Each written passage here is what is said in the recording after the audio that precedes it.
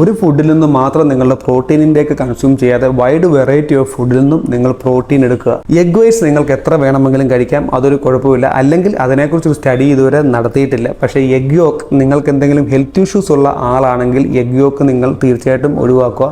നിങ്ങൾക്കൊരു ഹെൽത്തി ആയിട്ടുള്ള ഒരാളാണ്, നിങ്ങൾക്ക് കൊളസ്ട്രോൾ അങ്ങനത്തെ പ്രശ്നങ്ങളൊന്നും ഇല്ലെങ്കിൽ ഒരു എഗ് യോക്ക് നിങ്ങൾക്ക് ഡെയിലി കഴിക്കാവുന്നതാണ്. ഇൻസ്റ്റാഗ്രാം സെലിബ്രിറ്റീസ് കോട്ട് ചെയ്യുന്ന ഒരു സ്റ്റഡിയാണ് ഹാർഡ്വേർഡ് യൂണിവേഴ്സിറ്റിയിൽ ഒരു ദിവസം 24 ഹോളക്സ് ഒരു സ്റ്റുഡൻറ്റ് കഴിച്ചിട്ടും അദ്ദേഹത്തിൻ്റെ ഗുഡ് കൊളസ്ട്രോൾ ലെവൽ കൂടുകയും ബാഡ് കൊളസ്ട്രോൾ ലെവൽ കുറയുകയും ചെയ്തു. ആ സ്റ്റഡി കോട്ട് ചെയ്താണ് ഇവർ ഒരുപാട് വീഡിയോസ് ഇടുന്നത്. എന്നാൽ നിങ്ങളൊരു കാര്യം മനസ്സിലാക്കുക, അതൊരു വ്യക്തിയിൽ മാത്രം നടത്തിയ പഠനമാണ്, അതൊരു ഗ്രൂപ്പ് ഓഫ് ആളുകളിൽ നടത്തിയ ഒരു സ്റ്റഡിയല്ല. അതുകൊണ്ട് തന്നെ നമുക്കത് എല്ലാവരിലും ആപ്ലിക്കബിൾ ആക്കാമെന്നും പറയാൻ പറ്റില്ല. അതിന് മറുപടിയായി ഡോക്ടർ അരവിന്ദ് കോട്ട് ചെയ്യുന്ന ഒരു കാര്യം ഇതാണ്: നമ്മൾ ഏഷ്യൻസിൻ്റെ കൊറോണറി ആർട്ടറി വെസൽസിൻ്റെ സൈസ് എന്ന് പറയുന്നത് 5 mm ആണ്. പക്ഷേ വെസ്റ്റേൺ കൺട്രീസിലുള്ള ആളുകളുടെ കൊറോണറി വെസൽസിൻ്റെ സൈസ് എന്ന് പറയുന്നത് 6.5 mm ആണ്.